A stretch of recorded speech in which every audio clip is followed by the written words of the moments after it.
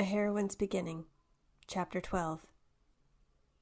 After hearing Ella laugh at my attempt at dancing 10 days previous, I thought I had better practice a little before I make a complete fool of myself at the ball. I knew a few dances from listening to Sir Henry teach Ella years ago, and I remembered a few of the basics. I knew the name of a couple: Polonaise, Minuet, Allemande, Gavotte, Sarabande, and a waltz. I knew the simple waltz step and how to hold my arms. The Polonaise had a distinct rhythm, which involved a kick of the leg. I began to hum a simple tune with the Polonaise rhythm. I tried to kick my leg in time with the beat, but struggled to keep up. I also tried to keep my head up and shoulders straight, but with my brain trying to concentrate on so many things at once, I did not look graceful or elegant. I believe the correct expression for the way I looked was bumbling buffoon. I continued to try humming and dancing until I kicked too far forward, and my foot caught at the end of my skirt, sending me flying forward. I landed on my front. The air was knocked out of me, and pain flooded my chest. I rolled over and tried to get the air back into my lungs. It was then that I heard a twig snap behind a nearby tree. I turned my head toward the sound, still attempting to breathe. A figure in dark clothing darted behind the tree.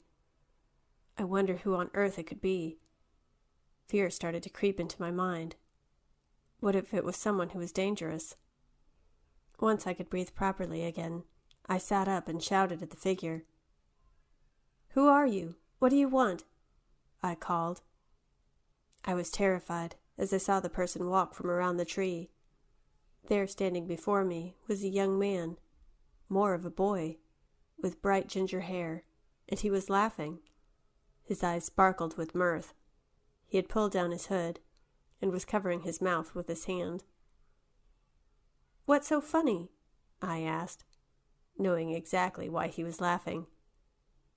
"That display," he replied. "That was quite a thing to behold." I simply sat there glowering at him. This only made him laugh harder.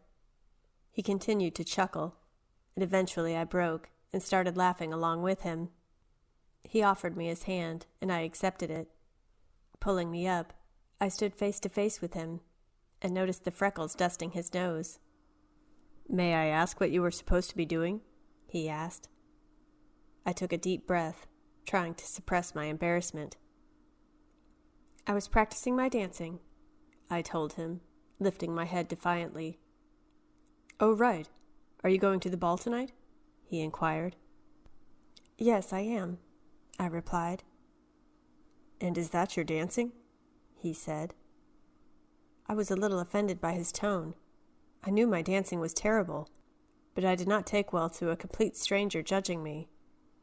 "Yes, it is," I told him confidently, and was not going to be humiliated by this boy. "Why? Do you think you could do better?"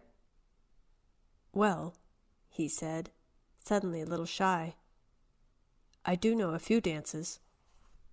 "Oh, right," I said, a tiny bit remorseful of my tone. "Are you going to the ball tonight as well?"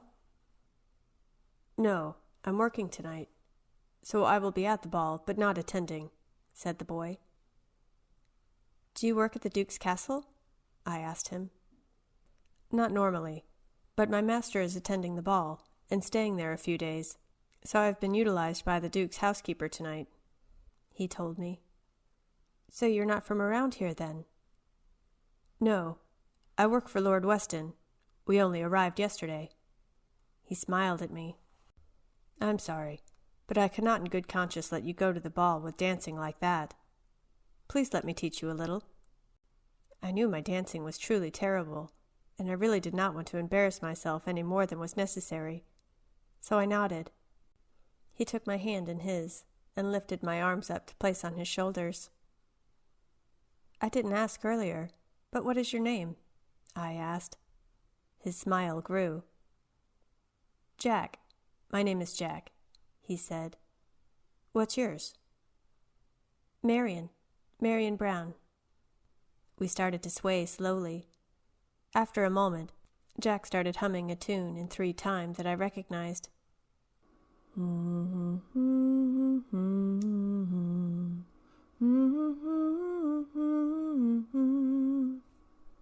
My face fell, and tears started to pool in my eyes when I worked out what the tune was.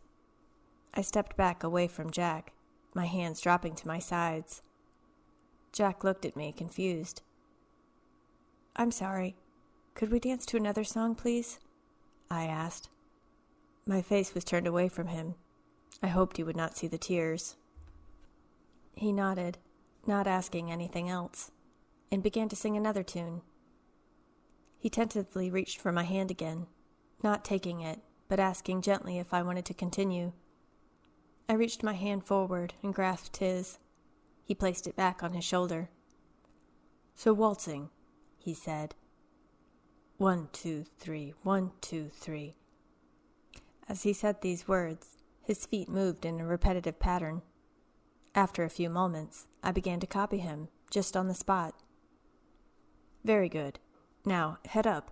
You're supposed to be dancing with a partner, not the floor." My head snapped back up to meet his eyes. "That's better," he said, with a small smile gracing his lips. I tried not to blush, but I could already feel the blood rushing to my cheeks. He started talking to me about how to travel around the room while doing this basic step. I didn't think he noticed the color in my cheeks, and I was very grateful he didn't. We danced around the clearing in a waltz for a long time. I didn't fall over once. Once Jack had thought I had truly mastered the basic step, we moved on to the polonaise, my arch nemesis. Jack showed me how to hold myself upright, and told me it'd be slightly easier to kick my leg forward if I lifted my skirt ever so slightly with one hand. My other hand was in Jack's, as we faced the same direction, and he led me around the clearing. Kick 2, 3, kick 2, 3. I was just about to get the hang of it, when Jack pulled my hand around and tried to spin me. The force of the pull knocked me off balance, and I managed to fall into Jack's side, my chin hitting the bone in his shoulder. When I managed to stand again, without falling over, I saw he was rubbing his shoulder. "I'm so sorry, I didn't mean to," I spluttered out. But my apology was cut short by the fact that Jack was laughing. "I knew you were not a good dancer, but I never thought you were a dangerous one." His eyes were sparkling. I had not noticed until now the unusual color of them. They were a mix of dark blue and green. When he stopped laughing, he held out his hand again. "Come on, you're not going to get any better at dancing unless you practice." I took it, and we began to dance once again. I'm not exactly sure how long we were there. We must have danced for hours. I learned how to dance a minuet, gavotte, sarabande, and eventually got the hang of the polonaise. We were interrupted by a voice calling my name. "Marion! Marion! Ari!" I recognized my brother Daniel's voice. My head turned toward the sound of the shouting. I dropped my hand from Jack's. We were halfway through learning how to dance a polka. Jack looked up at the sky, trying to work out the time. "I'm here," I shouted back at Daniel. "I should be heading back. I'm working tonight, and no doubt there's a long list of jobs for me to complete," Jack told me. "And I think you can now show your face at the ball without complete humiliation." I laughed at this and gave him a small curtsy. "Thank you for the dance lesson." "Thank you for letting me teach you," he replied. "And maybe I'll see you tonight." "I thought you said you were working." "I am, but there might be a spare minute or so. Very nice to meet you, Marion Brown." He inclined his head slightly, a small polite bow, and darted off back into the forest where he came from. I smiled after him. I rather liked Jack. He was kind and sweet and funny, and clearly an amazing dancer. His untidy ginger hair was fading from view, diving in and out of the trees. Daniel caught up to where I was standing, and found me staring down through the trees. "Where have you been? We've all been looking for you. Jane is expecting you now." I remembered I was supposed to be at Jane's house. She had agreed to do my hair. "Sorry, I just lost track of time, I told him. Well, come on then, he said, and started down the path. I followed, consciously trying to keep my head up and my back straight, ready for tonight. I arrived at Jane's house around 6 o'clock and knocked on the door. A very tired Jane opened the door and gestured for me to come inside. Quietly I entered the house and glanced over to see a beautiful baby boy asleep in his crib. I had met baby Matthew before, and he looked just as adorable as ever. He was about 6 months old, and the apple of Jane and Michael's eye. Jane sat me down and placed the bunch of lilies I had brought on the table. While she set to work brushing my hair out, we talked quietly about this and that, mainly about what the ball would be like. Jane was not going. She said she was too tired and had a little boy to look after. She styled my hair into a half-up, half-down design, gathering the top of my hair into a bun made out of braids. She deftly pinned the lilies into the sides of the bun and braided the rest of my hair tightly so that when it was let out, it would fall in waves down my back. When she was done, I thanked her and walked out as silently as I could, trying not to wake the baby. I smiled at Jane, who was bending over the cradle, and waved. She waved back as I closed the door. By 7 o'clock, I was standing in the village square in my ball gown, with all the girls of the village. 25 young girls, all in hand-me-down dresses of all different colors and materials, waiting to go to their first ball. There were a few young men of the village there, too, who had managed to procure some fancy clothes and were planning to come with us. We were waiting for Violet's father to come down the road with the cart. Violet had arranged for 3 carts to take us to the ball.